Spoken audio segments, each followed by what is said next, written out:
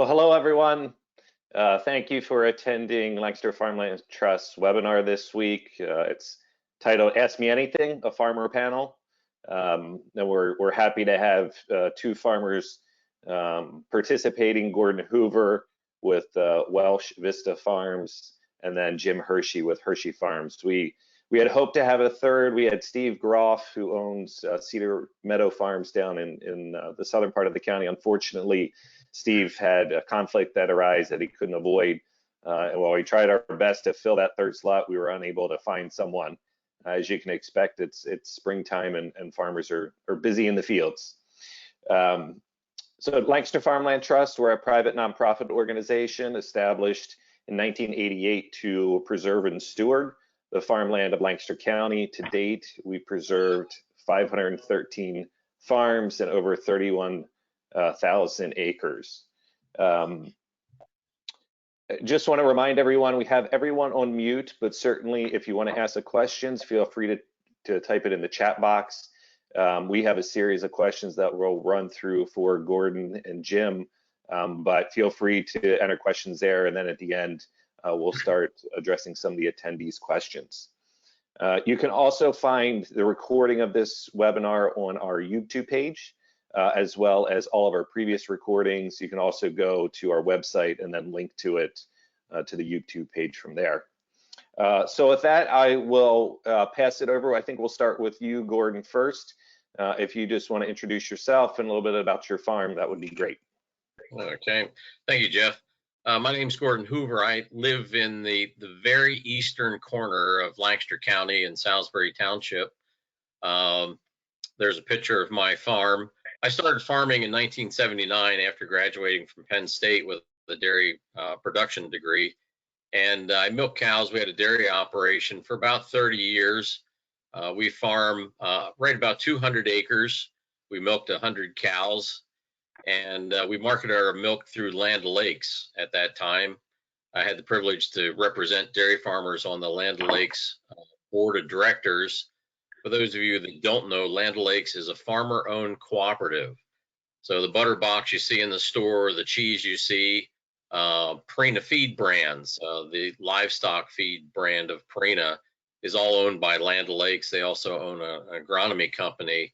So serving on the board was a great opportunity to really be exposed to agriculture across the country. In 1997, we decided to disperse our herd. It was all based on business decisions. We were in very good shape financially, but we needed to really improve our facilities. And with the high value of farmland to improve our facilities, we need to expand the herd. And to do that, we need to expand our land base. And things just led to the decision to exit the dairy business. That time I took on a position with Land O'Lakes as director of dairy member relations. So I got to work with dairy farmers across the country. About 3 years ago, I took an early retirement from Land O'Lakes Cooperative and have been working in the conservation side of things in Lancaster County. First of the year, I started working for Lancaster Farmland Trust. And what we've been doing, what I've had the privilege of doing the last couple of years, is helping farmers get their conservation plans not only written and in order, but also do implementation work on their farms. So that's been a real privilege. Our operation, I continue to farm the land. I grow about 125 acres of corn, about 40 acres of alfalfa and grass. I sell all my forage and all my crops to a neighbor dairy farm and supply their forage needs, and also rent my barn to that same dairy for heifer raising. So our operation continues. I'm actually the third generation. My grandfather bought the farm you see in the picture there in 1931 at a bankruptcy sale, of course, at the tail end of the Great Depression. And you can't see it, but there's a farm kind of to the southeast corner there that he bought his family bought in 1898. So we've been around there for quite a while.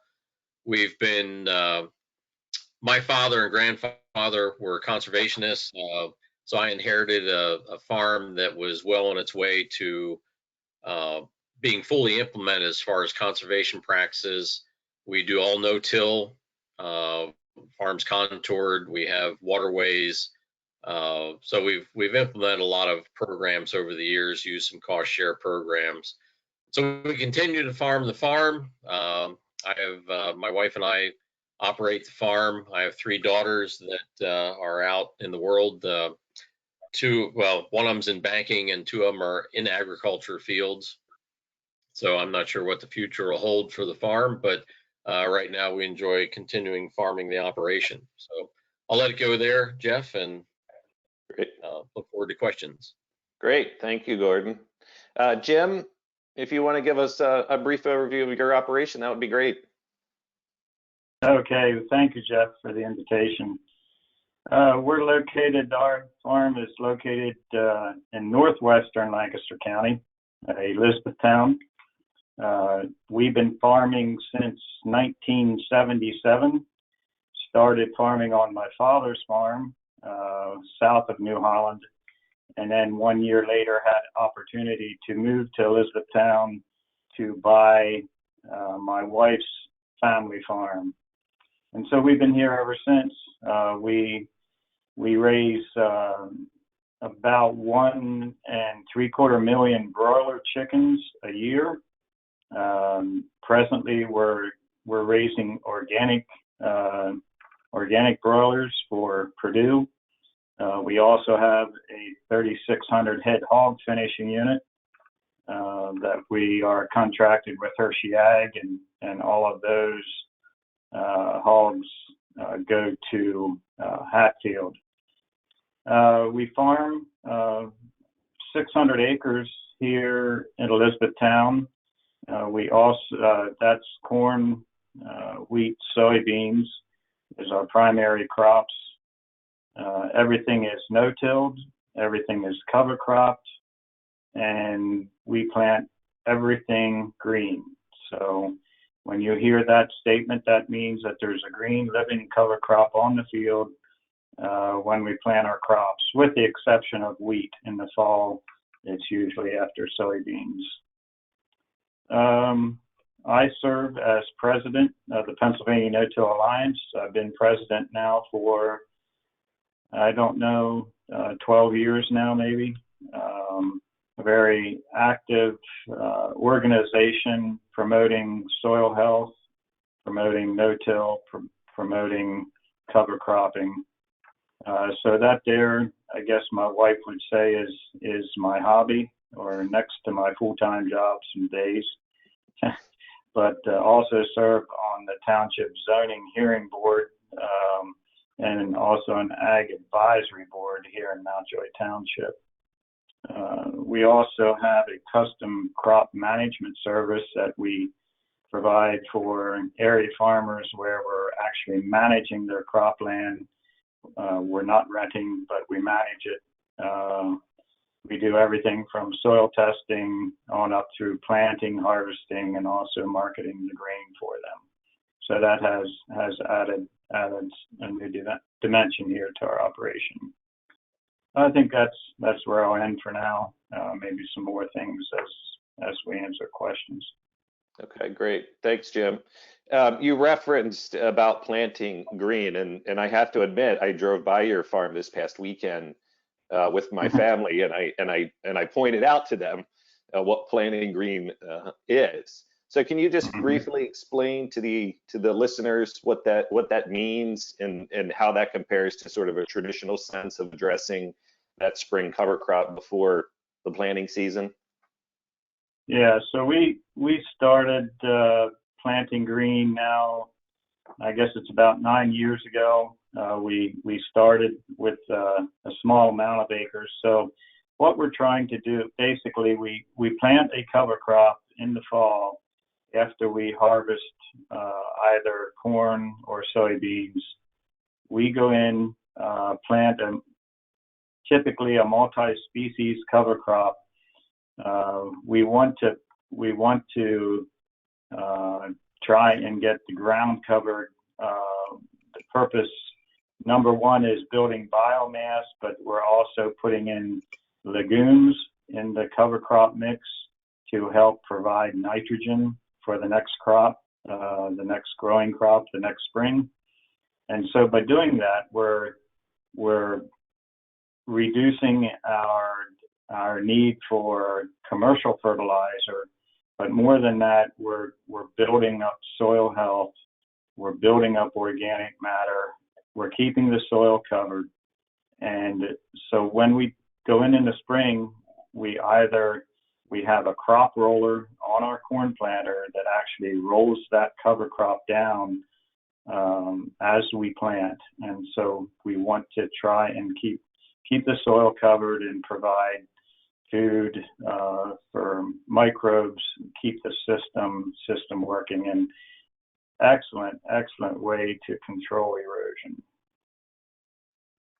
Great, thanks, Jim. I know that's planting green is a relatively newer concept that's been out there, but I know, it seems as though it's starting to grab hold and more farmers are willing to implement it.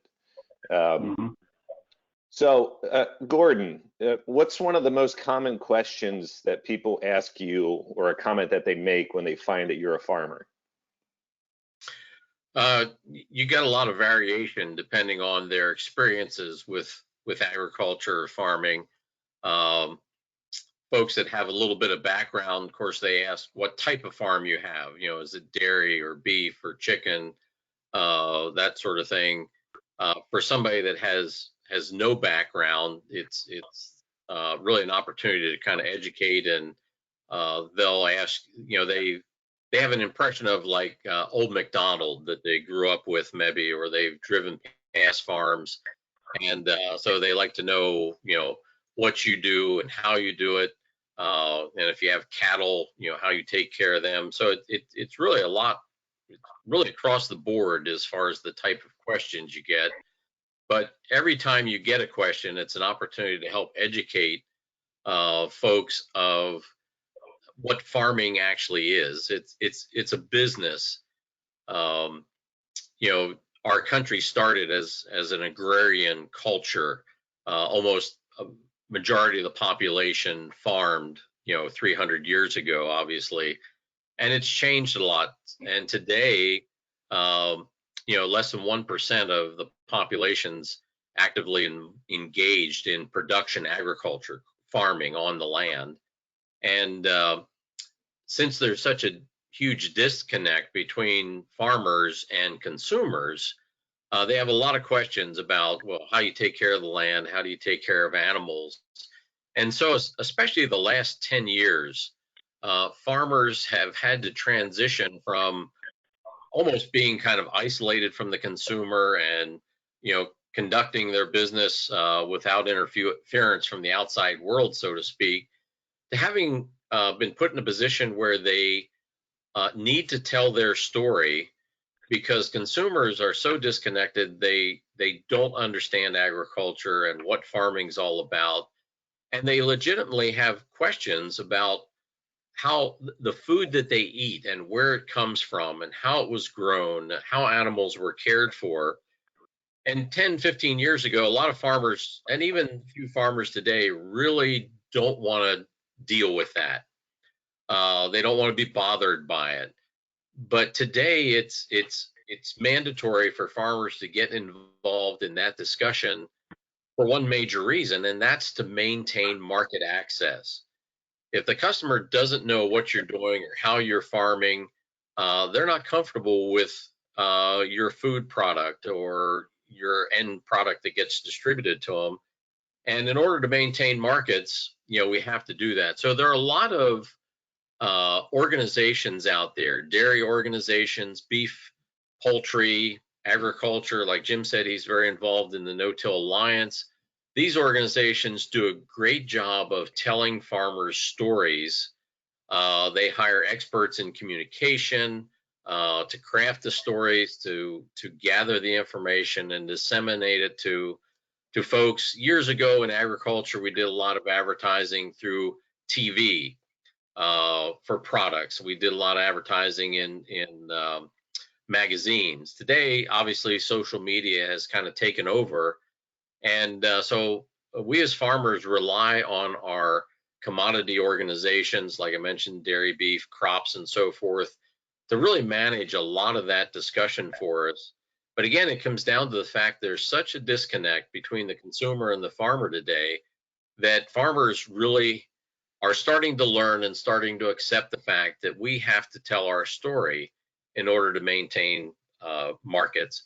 So that's kind of a long-winded question, but a lot of those questions you get from folks that aren't farmers really lead to an education opportunity. And like I said, it's a growing need and a concern out there, and farmers are finally starting to accept the fact that they have to have this discussion in order to maintain markets. Great, thanks, Gordon. Jim, I'll ask you the same question. You know, I would imagine there's probably a lot of similarities there, but from your perspective, you know, what's the most common thing that you get asked? Yeah, well, I think I would echo a lot of the same response there that Gordon had. You know, consumers really want to learn more about farming, more about agriculture. But then I'll preface that by saying there are also people out there, there are consumers out there that don't understand where their food comes from. You know, they don't understand why the farmers need to supply all that country odor in the spring and in the fall. They don't always understand that that's just part of agriculture. We have an excellent opportunity here in our farm with, we also operate a wedding venue called Harvest View Barn at Hershey Farms. We get a lot, well, not right now.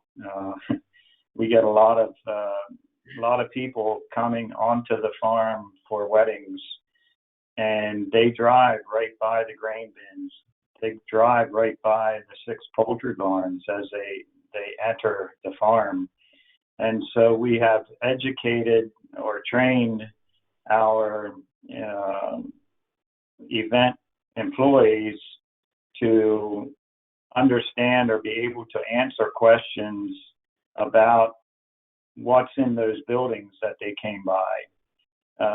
And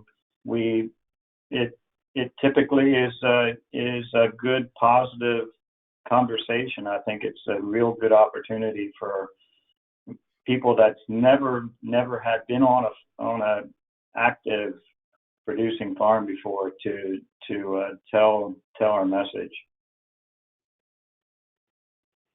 Yeah, I certainly can understand that you wouldn't have too many people at the venue these days with all the restrictions. Jim, you know, recognizing you supply broilers to Purdue and hogs to Hatfield with COVID-19, have you experienced any disruptions in the supply chain from your perspective as the producer? To date, we have not experienced any interruptions. We were marketing about 4 weeks ago, so it was, you know, pretty much in the height of the COVID-19, and they did not skip a beat. They took all the barns in the time that they said they were going to initially, but they did tell me that Purdue has 4 processing plants up and down the East Coast, and so they did have some personnel vacancies, but because of having 4 plants, they are able to shift product to different plants in order to keep their processing numbers up. And we did get chicks last week. We're back in with full production again. In fact, they actually gave us more chicks this time than they typically do. saying that there's a huge demand for antibiotic-free and organic chicken right now, and they're anticipating that to even increase in the next couple of months. So Purdue is actually sounds like they're gearing up for increased sales as they look at it. With the hogs, we are sort of at the beginning stage of a group now that we won't be marketing now for another couple of months. So I understand Hatfield had 1 or 2 days that they were shut down, but I believe they're back in full production again. I'll pose this question to both of you, and just sort of building on that, are you aware of any other farmers throughout the county that have experienced, either disruptions? There's been a lot of headlines of supply chain issues, headlines of dairy farmers having to dump milk, and poultry barns where the processing plants couldn't take those birds at the appropriate time. Have you heard stories from your peers that have experienced those? Gordon, maybe I'll ask you, and then we'll jump back to Jim. Sure. I've had quite an extensive involvement in the dairy industry over the years, so I'll kind of address the dairy side. To your question, there have been a lot of stories regarding farms who had to depopulate, whether it was poultry or hogs, across the country. There were a lot of beef producers that had to hold on to cattle longer than they would have liked to, just because processing facilities were struck by the virus, and they had to shut down and retool to allow workers to come back. In the dairy industry, there was quite a bit of publicity in the papers about farmers having to dump milk. And kind of the rest of the story on the dairy side is, in the spring of the year, we always have excess milk produced on farms. It's commonly referred to as the spring flush. As cows go back out on fresh pasture, as the weather starts to change, cows tend to produce more.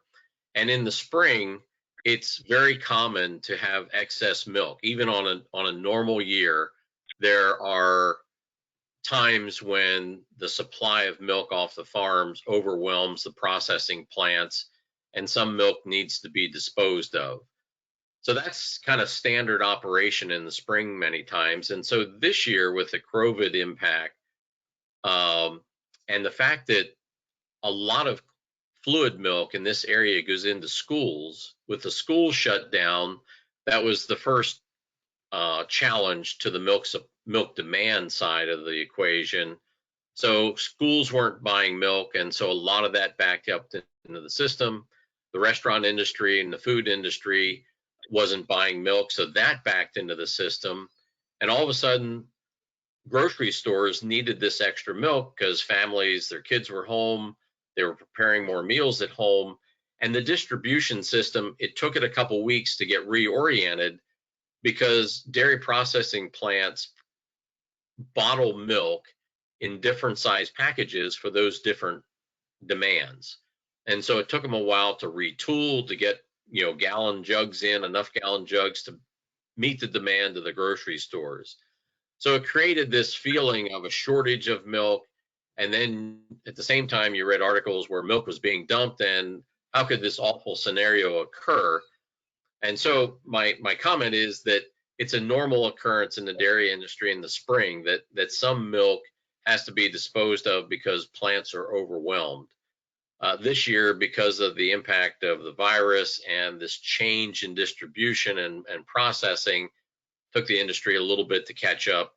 Just like Jim mentioned, in the meat production areas of the country, as those plants were impacted, as they packaged meat and supplies for restaurants and schools, all of a sudden that demand went to zero, and they had to reconfigure their lines and so forth so they could supply grocery stores. And so you had that impact. So there are a lot of farmers. Farmers are very good at figuring out solutions to problems. They're very innovative. So when you have some farms that got caught in this process where they needed to, they lost their market for maybe some poultry or swine, or even some vegetable products or something like that, the real innovators were able to go and figure out, well, how can I market my product maybe directly to the public versus sending it to the processor like I normally do. And the paper's been full of those success stories. And so the majority of commodities produced on farms found its way to processing. The majority, I'd say 80% of it. But there's a few instances where markets had to wait to be retooled, for processors to retool and reorient their products. And so a little product got caught in this, had to be disposed of. But it's a very small percent of the total production of agriculture, very small percent. Most of the product kept going to market, kept being processed, and I think most of our stores and situations are starting to catch up now. So I'll pass it to Jim for any other comments. Yeah, I'm more familiar with, or more connected with the poultry industry, being poultry and hogs, being that's our livestock business. But I am aware of farmers in our area that did have to open the plug on their milk, which is not fun for anyone. There are broiler farms in the northwest part of the county here that actually did have to see their hard work go to nothing by them coming in and euthanizing the birds. And that was mostly one integrator that just really got caught, not necessarily processing issues, but just the market for them. They weren't prepared for this, and the market pretty well, doors closed for them. Also, we didn't talk anything about the eggs. There is the breaker market, where it's a different form than whole eggs, obviously, that has been significantly impacted by the virus. Just a lot of the breaker market eggs go to restaurants, cruise ships, large consumer of breaker eggs, and those they've also euthanized or put birds, laying birds into a mold early so that they wouldn't be producing eggs, and are going to keep them on a mold for as long as they feel they need to or they can, logistically. So yeah, it's in the way that we operate here with the hogs and the chickens. We are pretty much under the mercy of the integrator, and oftentimes we as farmers don't have control over situations like this, but we certainly try and make the best of it. Yeah, Jim, it's interesting that you mentioned the breaker market last week on our webinar.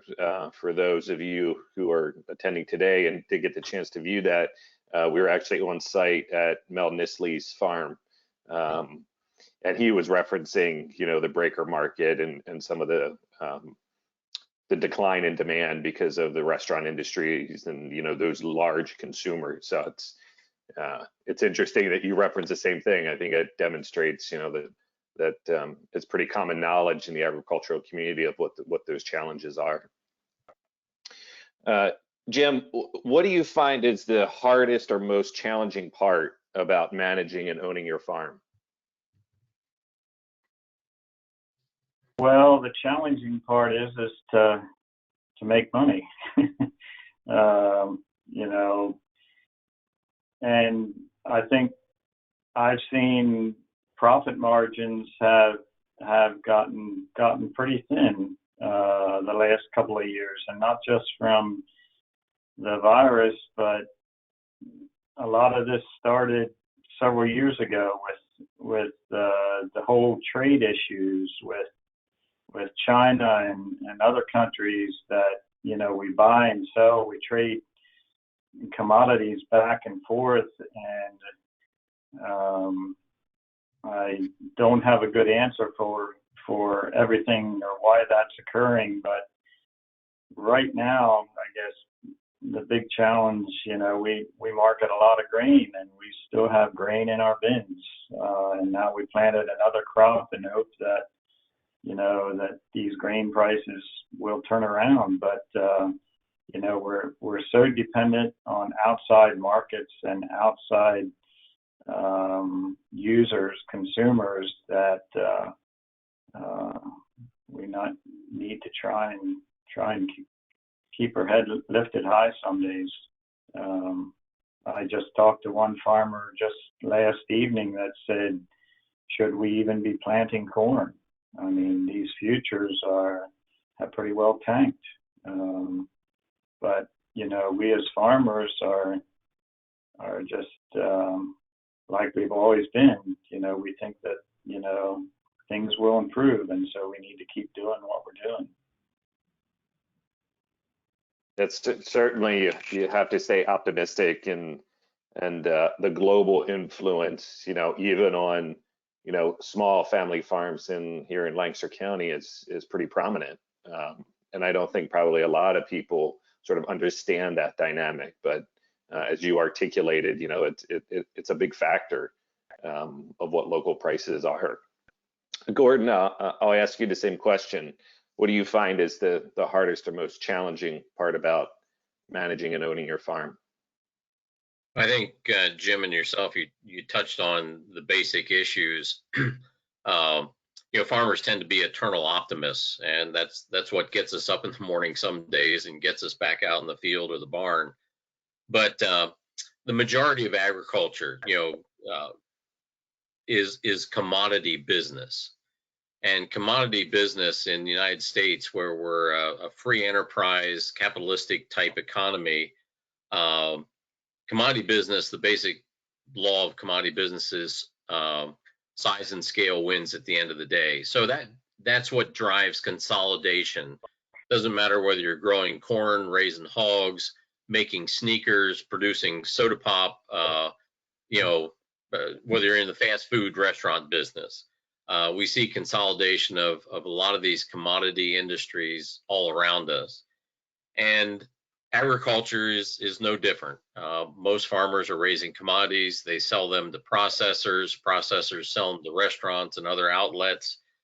And so we see this consolidation continue to occur. So one of the challenges is managing this change in agriculture. And Jim and Jeff, you both mentioned our generation has transitioned from a domestic marketplace in the United States marketplace to a global marketplace. And the global marketplace has to deal with more factors than we did as just a domestic marketing scenario. In the global market, you know, we have to deal with the value of the US dollar when it comes to trade. We have to deal with, you know, politics, you know, whether it's wars, dictators, trade negotiations, that sort of thing. So, you know, a drought in New Zealand impacts our market. A political row between China and Australia affects our market. And of course, the coronavirus really threw a curveball in there. And one of the biggest commodity impacts, like Jim mentioned, is corn. Jim, you can correct me if I'm wrong, but I think it's what, 15 or 20% of the corn grown in the United States goes into the ethanol market. It's a huge number.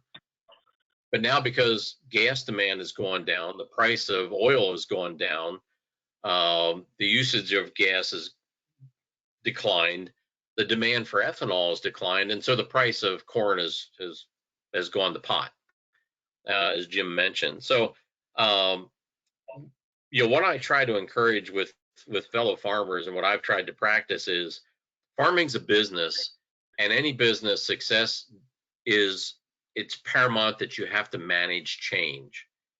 And because it's a business, I tell a lot of folks, and this makes them smile a little bit, but the most valuable piece of machinery or tool that Jim and I have in our farms, and I'm sure he'll acknowledge this, is a pencil. Because if you don't have a business plan, if you don't collect your data and analyze it, you won't succeed in agriculture today.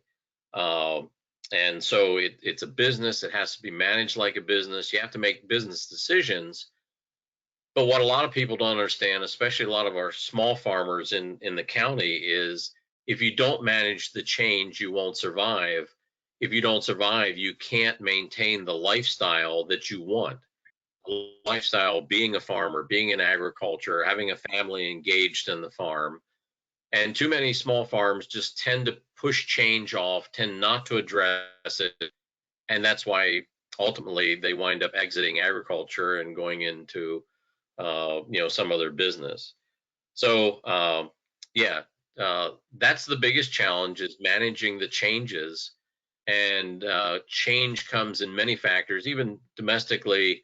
As consumers, over the last, what's the number? Pick 20 years or so, we've had a lot of interest in organic and non-GMO foods. We've had a lot of interest in, pasture-raised beef or free-range poultry, that sort of thing. And so as farmers have transitioned from what we know as conventional agriculture to some of these new niche markets, and actually some of these niche markets have now become commodity markets.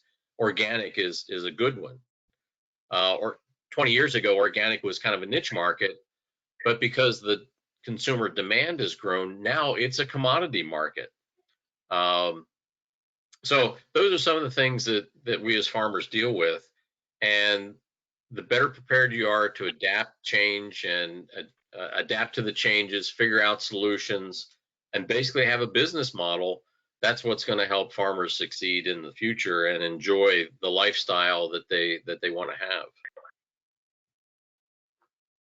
Yeah, I think it's probably important that a pencil is the most important in a lot of businesses, and sometimes gets overlooked, the importance of that. Jim, tell us how your farm has evolved since the day that you started managing it. What sort of changes have you experienced over the decades?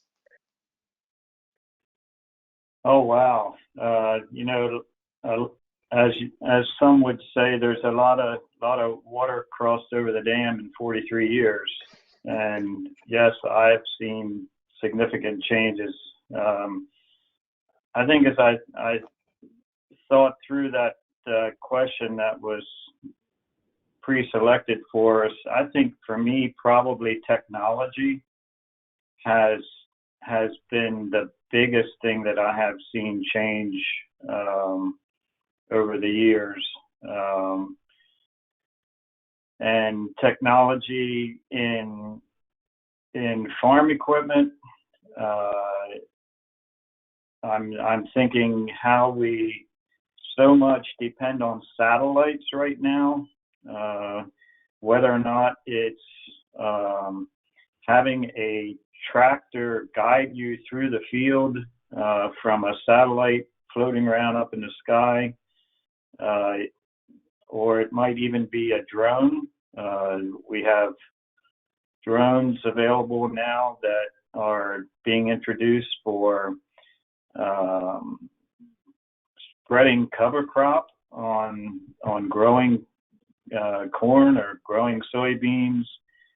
We just had ours out this morning for a bit, and it said it was connecting to 13 satellites, and so that to me is just, at my age is almost, how can that be? It's overwhelming.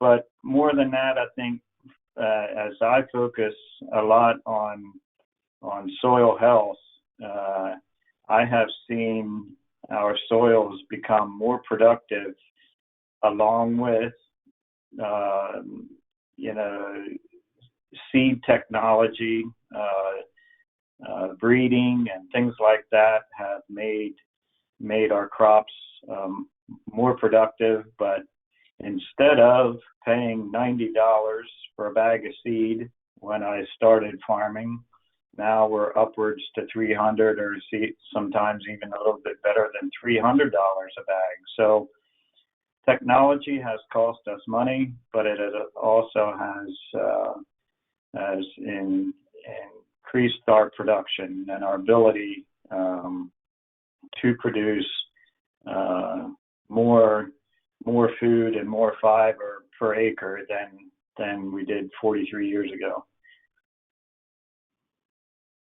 Yeah, certainly. I think, Gordon, you reference, a lot of people think of farming as sort of old MacDonald. I think Jim's description of the use of technology demonstrates that the days of old MacDonald farming are long in the past. And certainly how that technology, as Jim mentioned, improves the efficiency and productivity of your operation. So Gordon, same question to you. How has your farm evolved since you started? I would echo everything that Jim said, and the thing I would expand on. So research and technology, gathering data, mining that data to create new and better solutions. And the innovations, what's interesting is not only are the innovations providing greater yields, products that meet consumer demands and that ever-changing demand that we talked about, but we're doing it in a healthier, safer manner. We're more attuned with the environment. As Jim said, a lot of the work that he's done and is promoting on planting green and no-till and improving soil health. One of the things I like to share with folks that ask me about the farm is, 40 years ago when I started farming and we were applying insecticides or herbicides, chemicals to the field to control weeds, we were putting gallons of product onto the acre.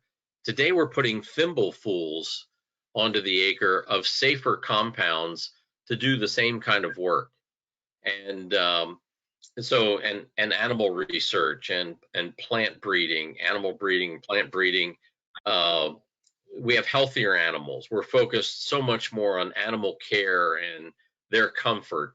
And so we're not only addressing the demand side, but we're also addressing the kind of the humane side of it.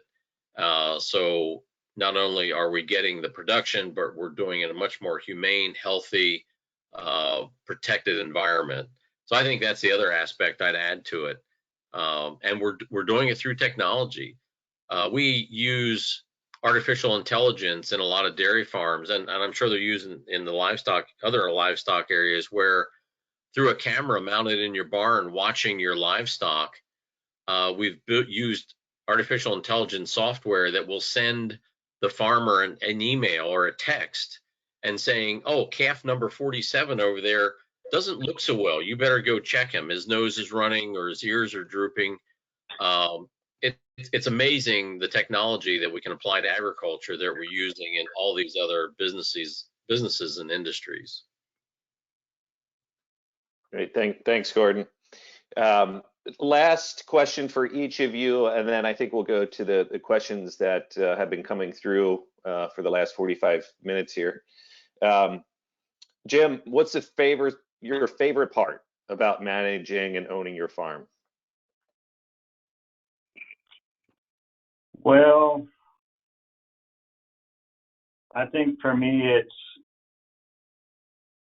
changing seasons and changing opportunities.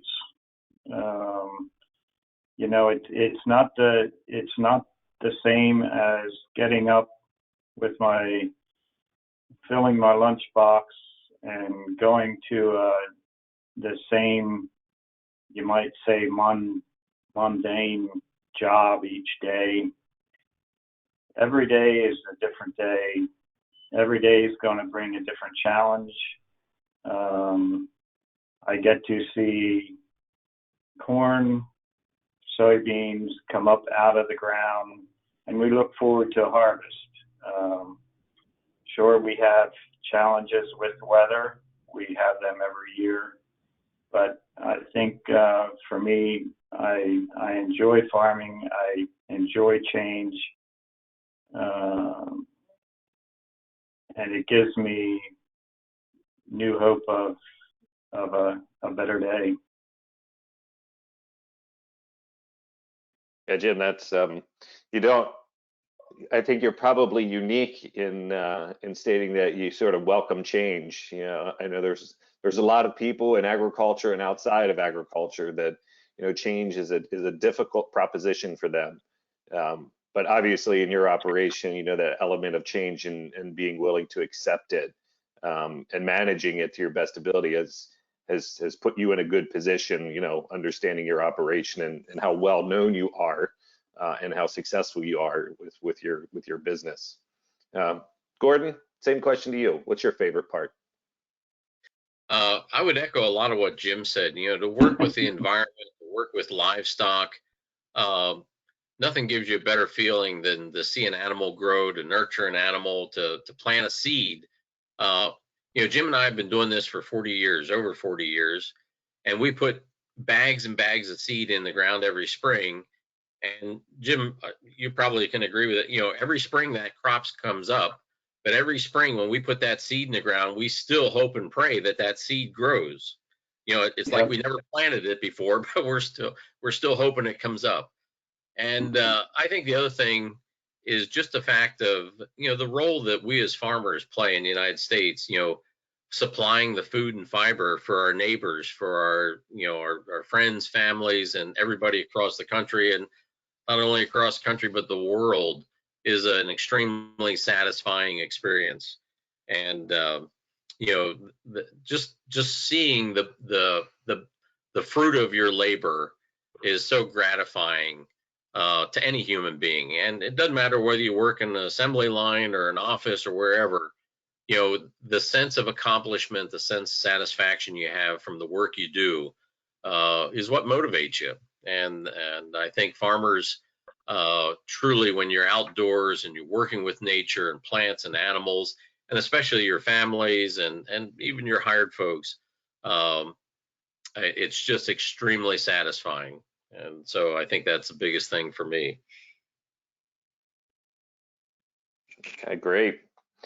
I think we'll move into the questions. So I'll just, you know, reference to all those listening. If you do have a question, feel free to put it into the question panel there or the chat, and we'll certainly address that. We do have one question here, and it says, with the current disruptions in food distribution, do you think that this will cause the industry to rethink sort of the larger processing side of things and move to more local processing and distribution?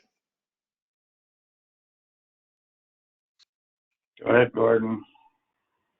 I was going to hand it off to you. Personally, I don't, you know, like I mentioned before, we're a large country.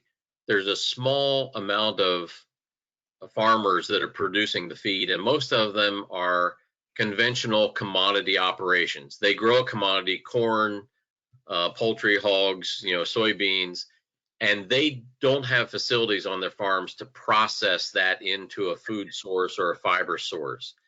And so over time, because of the demand, these small processing enterprises, businesses have consolidated to be efficient. You know, the United States enjoys the safest, cheapest food supply in all the world. And that's a result of, you know, businesses consolidating, growing, meeting consumers' demands and needs and so forth. And while there's been a lot of discussion about, you know, slowing down these big processors and having more local processing, you know, that wasn't so much the issue here. The smaller processors may not have had quite the impact of the coronavirus in their facility like a large processor, but small processors would have had challenges too.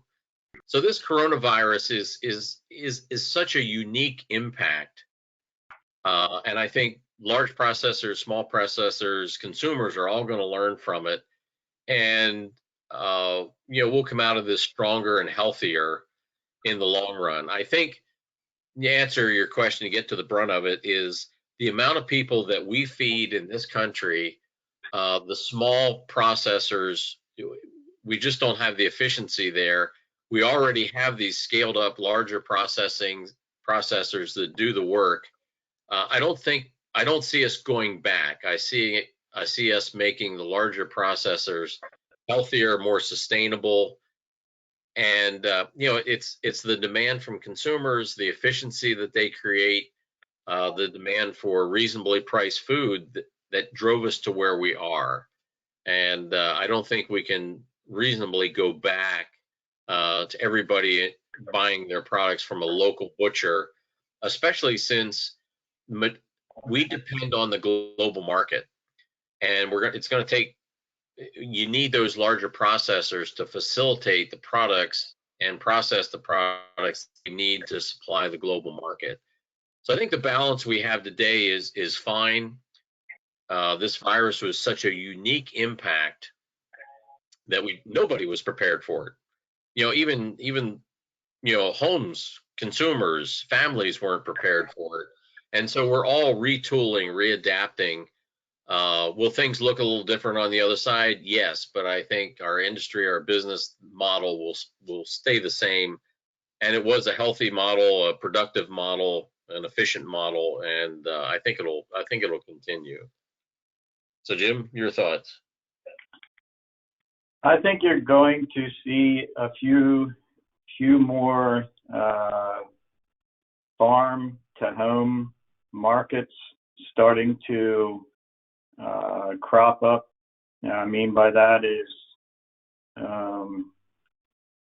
some of those that have been raising, 6 or 8 beef cattle in their pasture might see an opportunity here because there is such a big demand for farm fresh products right now, not just referring to produce, but even the protein market.